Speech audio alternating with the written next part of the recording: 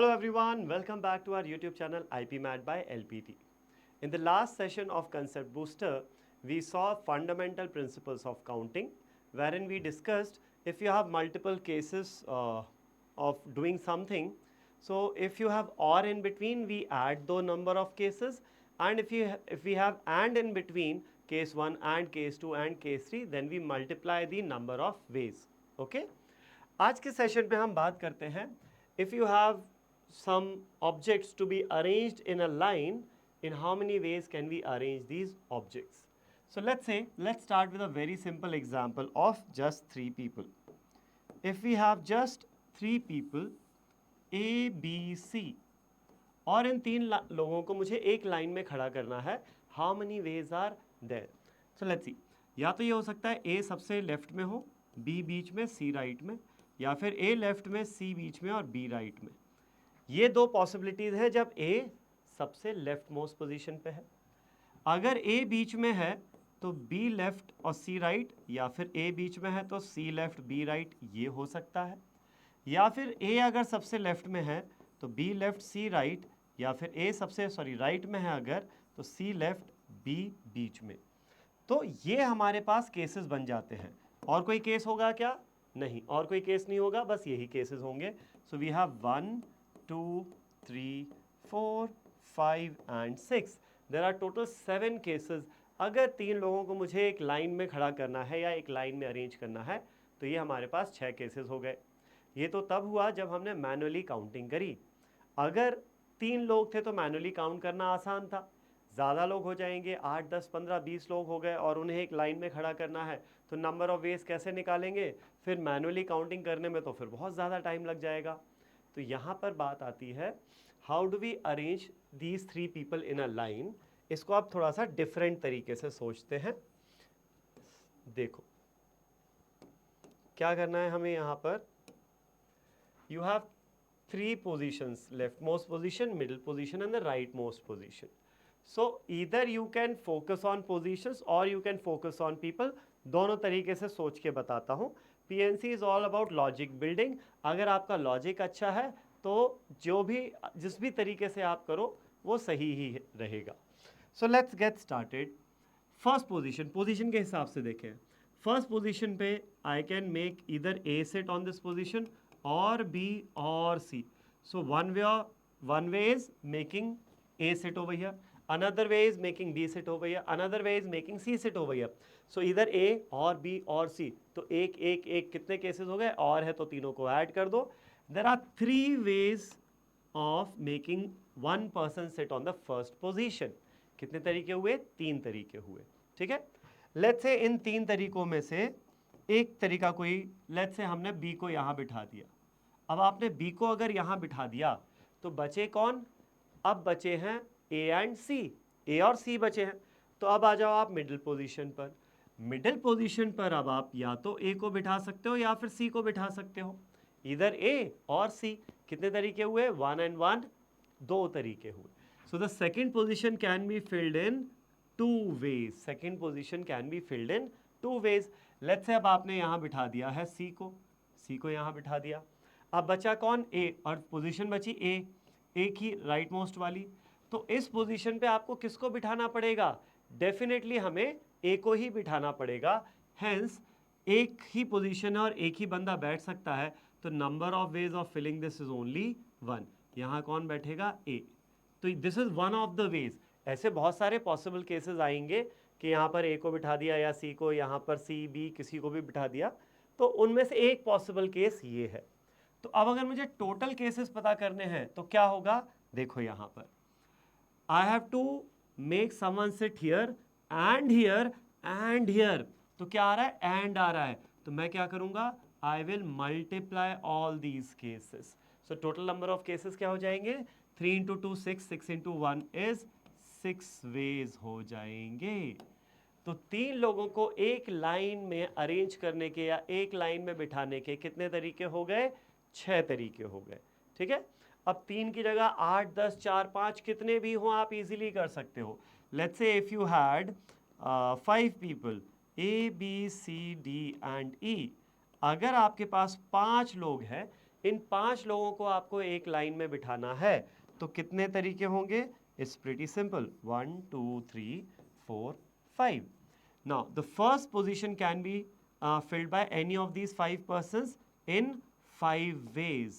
ठीक है, अब बचेंगे 4 लोग, एक तो यहाँ बैठ गया, कोई एक यहाँ बैठ गया, तो वो तो अब पिक्चर से बाहर हो गया। बाकी ये 5 में से अब बचेंगे 4 लोग, तो बाकी 4 लोग इस एक पोजीशन पे बिठाने के 4 तरीके हो जाएंगे। ठीक है, तो 2 लोग बैठ गए, अब बचेंगे 3, 3 में से किसी एक को यहाँ बिठाना है तो कितने तरीके होंगे? 3 वेज हो जाएंगे। ठीक है, फिर बचेंगे 2, 2 में से किसी एक को यहाँ बिठाना है, बचेंगे 2 तरीके, और फिर एक वो हो जाएगा 1 वे। तो टोटल नंबर ऑफ वेज के लिए क्या करेंगे? हम इन सबको मल्टीप्लाई कर देंगे, तो वो आएगा 5 into 4 20 into 360 into 2 120 into 1 is 120 ways. क्या आ जाएगा ये? 120 वेज आ जाएगा। ठीक है, आई होप समझ में आ रहा है। तो यहाँ पर अभी हमने क्या किया? हमने फोकस किया पहले ये जो पोजीशन है इस पर, इन पे लोगों को बिठाते गए। You could have also done it in a slightly different way. कैसे? 5 पोजीशंस हैं, ये लेफ्ट मोस्ट, ये right most and so on. Now let us focus on the people.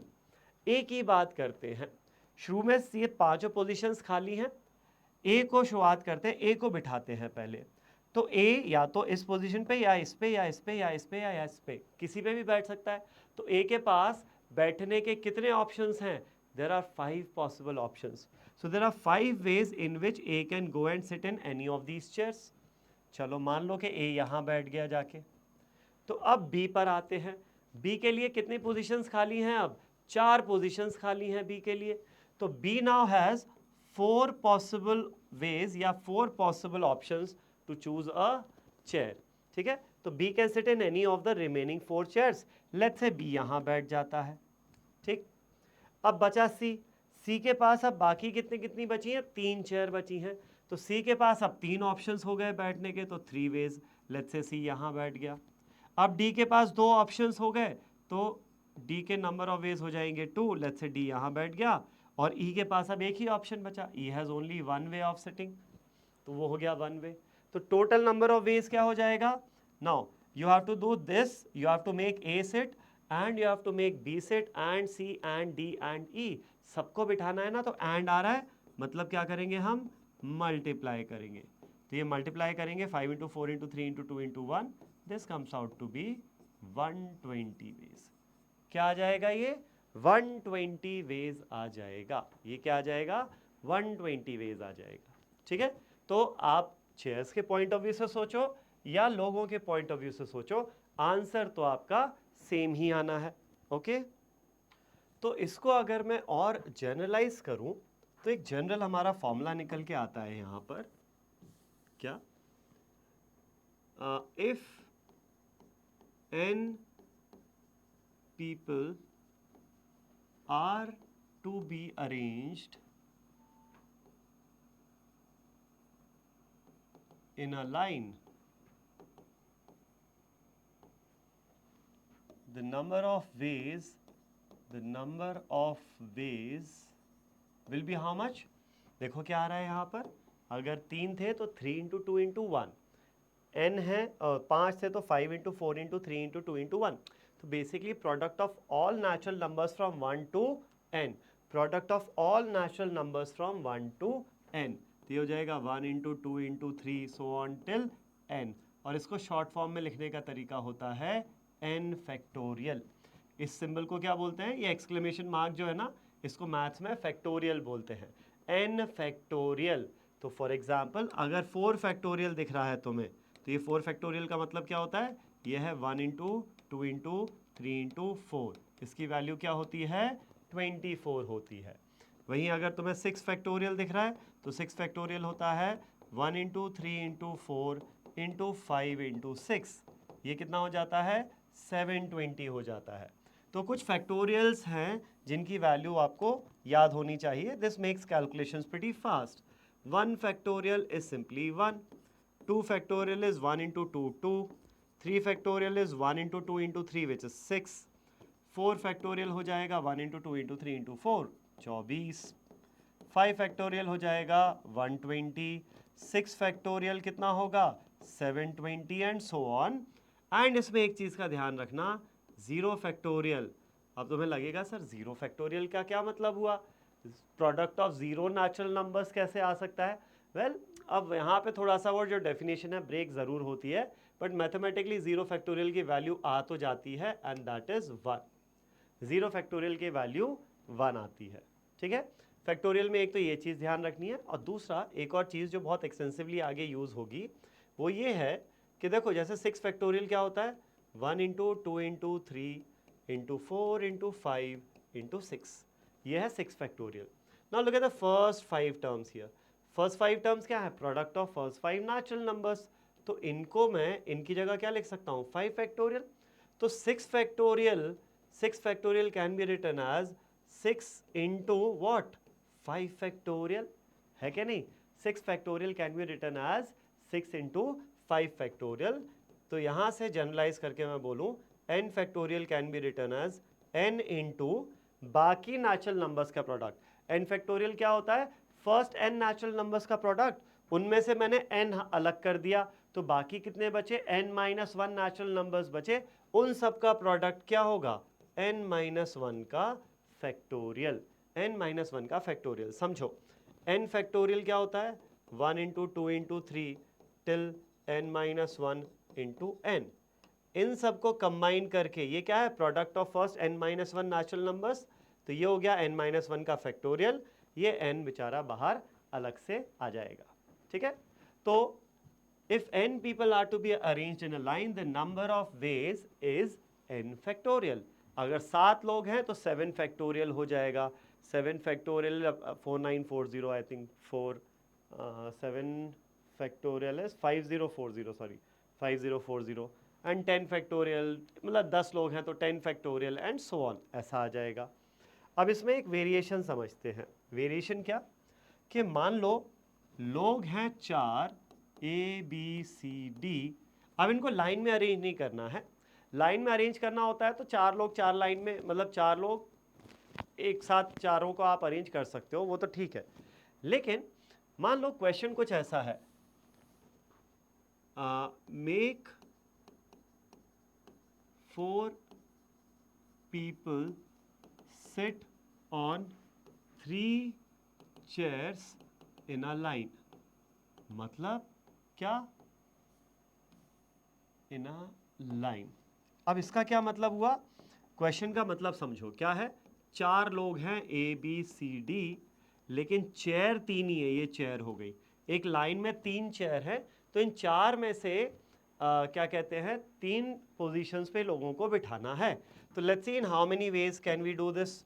चलो, तो अगर मैं चेयर्स के पॉइंट ऑफ व्यू से सोचूंगा, तो चेयर्स के पॉइंट ऑफ व्यू से क्या होगा कि फर्स्ट चेयर पे या तो मैं A को, B को, C को या D को, किसी को भी बिठा सकता हूँ। तो first chair can be filled in 4 ways. चलो A B C D में से कोई एक यहाँ चला गया, बचे 3 लोग, तो 3 में से कोई एक यहाँ बैठना है, तो कितने तरीके हो गए 3 वेज। तो 4 में से 2 लोग तो बैठ गए, बचे 2 लोग, तो 2 लोगों में से किसी एक को यहाँ बिठाना है, तो कितने तरीके होंगे 2 वेज हो जाएंगे। तो टोटल नंबर ऑफ वेज कितना आएगा, अब I have to fill this chair and this chair and this chair, and है तो प्रोडक्ट कर दो, तो ये कितना आ जाएगा 4 इंटू 3 इंटू 2 आ जाएगा। So this is effectively 24 ways. ये कितना आएगा 24 वेज आ जाएगा, ठीक है। एक तरीका ये हुआ इस क्वेश्चन को करने का। सर इसमें वैसे कर सकते हैं क्या कि लोगों के पॉइंट ऑफ व्यू से सोच लें, चलो देख लेते हैं। A B C D, ठीक है, ये 4 लोग, ये 3 पोजीशंस। अब बताओ यहाँ से A से शुरू करते हैं। A से शुरू करते हैं, तो A को 3 चेयर्स में बिठाने के लिए कितने तरीके हैं उसके पास, 3 तरीके हैं, या तो चेयर 1 या चेयर 2 या चेयर 3 पे बैठ सकता है, 3 वेज हो गए। B के लिए अब इन 3 में से किसी एक चेयर पे तो A बैठ जाएगा, तो B के लिए बचेंगी 2 खाली चेयर, तो B 2 खाली में से किसी एक चेयर पे बैठ सकता है, तो कितने तरीके हुए 2 तरीके हुए, ठीक है। फिर आया C, अब 3 में से 2 चेयर्स पे तो A और B बैठे हुए, एक चेयर बची, एक चेयर पे बैठेगा C, तो C एक चेयर पे एक ही तरीके से बैठेगा। अब गड़बड़ क्या हो गई, गड़बड़ ये हो गई सर, ये बेचारा तो मायूस हो गया, इसके लिए तो चेयर ही नहीं बची। आपने तो क्या किया, उसको अलग ही कर दिया, आपने डी को बिठाया ही नहीं, आपने तो सिर्फ ABC को बिठाया, डी को बिठाया ही नहीं। तो क्या ये सोचने का तरीका सही है कि मैं लोगों को चेयर में डिस्ट्रीब्यूट करूं? अब यहाँ पर लोगों को चेयर में डिस्ट्रीब्यूट करने का तरीका गड़बड़ हो जाएगा, पहले सही था लेकिन अब गड़बड़ हो जाएगा। क्यों? यहाँ पर देखो रिस्ट्रिक्शन किसके साथ है, चेयर के साथ है या लोगों के साथ है? भाई कमी किसकी है, कंस्ट्रेंट किसका है? चेयर्स का कंस्ट्रेंट है ना, कि चेयर कम है लोग तो ज़्यादा हैं, चेयर कम है लोग तो ज़्यादा हैं। बिकॉज लोग ज़्यादा हैं, लोगों की कोई टेंशन नहीं है मुझे, मैं किसी को भी ABCD किसी को भी बिठा सकता हूँ, लेकिन कंस्ट्रेंट मेरा चेयर से है, इसीलिए यहाँ पर अब मैं लोगों के पॉइंट ऑफ व्यू से नहीं सोचूंगा, मैं उस ऑब्जेक्ट या उसके पॉइंट ऑफ व्यू से सोचूंगा जिसका कंस्ट्रेंट है, जिसकी दिक्कत है हमें, जिसकी स्कैरसिटी है। स्कैरसिटी किसकी है? चेयर्स की है। तो मैं चेयर्स के पॉइंट ऑफ व्यू से सोचूंगा, ना कि मैं लोगों के पॉइंट ऑफ व्यू से सोचूंगा। ठीक है ना? एक एग्जाम्पल और कराता हूं मैं इसमें। तो मेक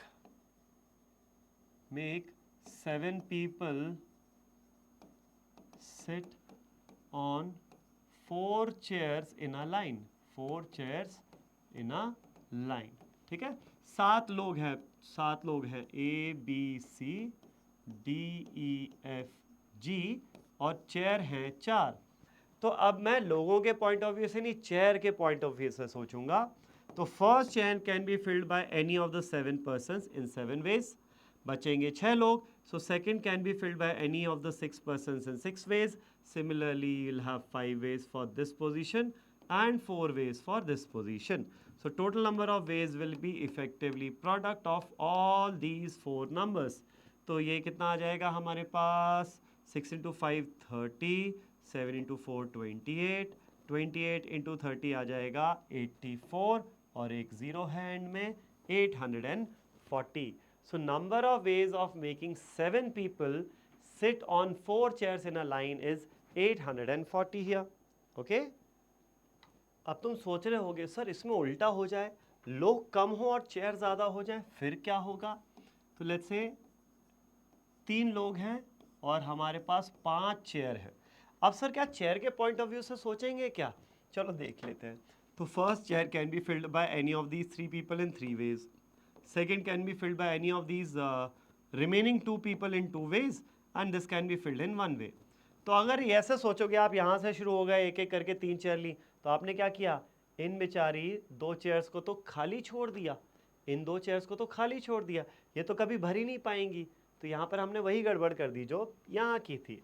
हमें सोचना किसके पॉइंट ऑफ व्यू से है, जिसकी स्कैरसिटी है, जिसका कंस्ट्रेंट है, उसके पॉइंट ऑफ व्यू से सोचना है। तो यहाँ पर कंस्ट्रेंट चेयर्स का है क्या? नहीं, चेयर तो ज़्यादा है। कंस्ट्रेंट किसका है? कंस्ट्रेंट है लोगों का, लोग कम हैं, तो अब हम लोगों के पॉइंट ऑफ व्यू से सोचेंगे। सो ए के पास बैठने के 5 पॉसिबल पोजीशंस हैं या 5 पॉसिबल चेयर्स हैं। तो A can sit in 5 possible ways. मान लो ए यहाँ बैठ गया। अब बी के पास बैठने के लिए 4 चेयर्स बची, तो B can sit in 4 possible ways. Let's say B यहाँ बैठ गया। अब सी के पास कितनी बची? 3 पॉसिबल चेयर्स बची, so C can sit in 3 possible ways. So total number of ways हो जाएगा product of all these 3 numbers which comes out to be 60 ways. ठीक है, this comes out to be 60 ways. तो हमने ए को भी बिठा दिया, बी को भी बिठा दिया और सी को भी बिठा दिया। अब कोई भी कहीं भी बैठ सकता है, चेयर 1 2 3 4 5 इस पर कहीं भी बैठ सकता है। हमने ये नहीं बोला ना कि ये इधर ही जाके बैठेगा या उधर ही जाके बैठेगा। एक एग्जाम्पल ज़रूर लिया था, बट वो एक एग्जाम्पल था, ऐसे बहुत एग्जाम्पल्स बनेंगे। ए यहाँ भी बैठ सकता है, यहाँ भी बैठ सकता है, यहाँ भी बैठ सकता है, 5 ही तो केस लिए हैं हमने। ठीक है, तो जो भी कम है, जिस पे भी रिस्ट्रिक्शन है, हम उसके पॉइंट ऑफ व्यू से हमेशा उसी के पॉइंट ऑफ व्यू से सोचेंगे यहाँ पर। ठीक है ना? तो इसी से ही रिलेटेड और भी बहुत एग्जाम्पल्स बन सकते हैं। जैसे एक एग्जाम्पल बनेगा, एक रेस है, a race has 10 participants, a race has 10 participants. ठीक है, question is in how many ways can we distribute first 3 prizes first 3 prizes, assume के फर्स्ट सेकंड थर्ड, मतलब एक रेस है तो कोई फर्स्ट आएगा, कोई सेकंड, कोई थर्ड आएगा, तो फर्स्ट 3 प्राइजेस हम कितने तरीके से दे सकते हैं, अज्यूमिंग कि कोई टाई नहीं है, वो सब आपको क्वेश्चन में मेंशन्ड होगा, कोई टाई नहीं है, एक ही बंदा फर्स्ट आया, एक ही सेकंड और एक ही थर्ड आया है। तो यहाँ पर क्वेश्चन वैसे ही हो गया जैसा अरेंजमेंट का था। कैसे, समझो कि there are 10 participants, P1, P2, P3 से लेकर P10 तक, और प्राइजेस कितने हैं, 3 प्राइजेस हैं, गिफ्ट्स कह लेते हैं यहाँ पर, तो G1, G2, G3। G1 first prize, तो फर्स्ट गिफ्ट, फर्स्ट आने का गिफ्ट, सेकंड आने का गिफ्ट, थर्ड आने का गिफ्ट। तो अब यहाँ पर रिस्ट्रिक्शन किस पर है, रिस्ट्रिक्शन है गिफ्ट्स पर, गिफ्ट्स कम हैं, पार्टिसिपेंट्स ज़्यादा हैं, तो हम गिफ्ट्स के पॉइंट ऑफ व्यू से सोचेंगे। कैसे, फर्स्ट जो आ रहा है बंदा वो या तो P1, P2, P3 से P10 तक कोई भी हो सकता है, तो there are 10 possible ways someone can come first. अब अगर वो बंदा फर्स्ट आ गया तो बाकी बचे 9 लोगों में से कोई भी एक सेकंड आ सकता है, तो सेकंड पोजीशन फिल करने के 9 तरीके हुए, सिमिलरली थर्ड पोजीशन फिल करने के 8 तरीके हुए, तो टोटल कितने वेज हो जाएंगे, ये 720 वेज हो जाएंगे। टोटल कितने तरीके हो गए, 720 वेज हो गए। एग्जैक्टली वही क्वेश्चन हो गया ये जो अभी तक हम कर रहे थे लीनियर अरेंजमेंट का, राइट। तो ये हो गया the number of ways of arranging few objects in a straight line. ठीक है, डिस्टिंक्ट ऑब्जेक्ट्स के बारे में हम बात किए हैं आज। ठीक है, जो भी लोग थे ना, ABCD पार्टिसिपेंट्स थे या जो भी थे, they were all distinct objects. In the subsequent videos we will also be talking about कि अगर इसमें से कुछ ऑब्जेक्ट सिमिलर हो जाए, कुछ ऑब्जेक्ट्स सिमिलर हो जाए, उनको अगर एक लाइन में अरेंज करना हो तो उसके कितने तरीके होंगे। बट आज की क्लास में we have discuss only about distinct objects. In the next video, continuing from here, in the next video we'll be talking about how many numbers can be found by given number of digits. Okay, so that's it for today's session. Thank you.